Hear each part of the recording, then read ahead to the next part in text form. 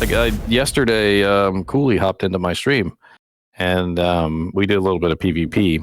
And I had mentioned to him that because I know that he does a lot with like murder paladins, which is like the like the holy X paladin that uses the Widowmaker bow so that he can fire the guided arrows, so that he can like basically guarantee his damage because it's unless you block it or evade it, it's going to hit you.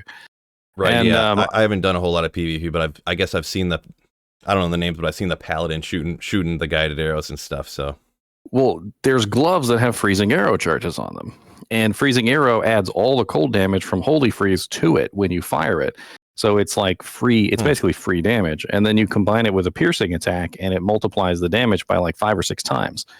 And I just happened to mention to it when he showed up, and he like grabbed one of his characters, and we hopped in, and I fired like 2 arrows at him, and with the freezing arrow charges, and it literally was like 2 arrows, and he was dead.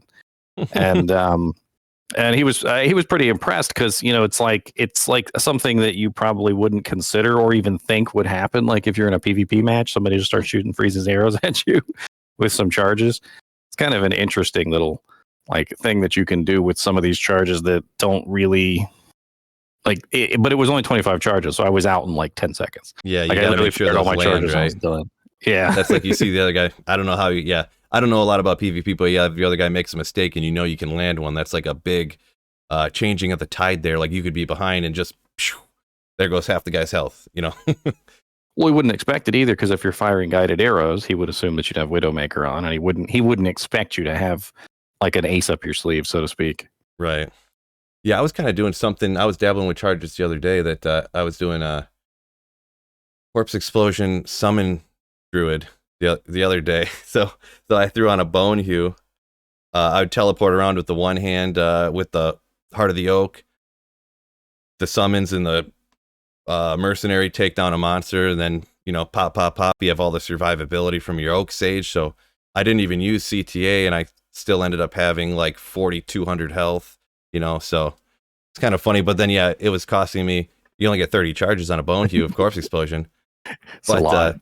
But yeah, I mean, if you, the one single player you can kind of set up and do your run. So I would hit Eldritch Shank, I'd go hit Thresh Shock it, and my minions would just chop him down in like 2 seconds.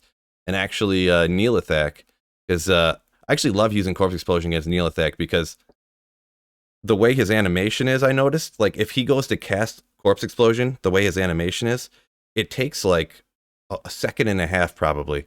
So if you can outseek Corpse Explosion. I mean, when he goes like this and you pop the body, he continues his animation. And he gets kind of stuck in it, so you blow the corpse just before he does, and then you blow the second corpse just before he does, and he doesn't actually end up attacking or nothing. So it's kind of like a little game, a little race to pop the corpses before he does.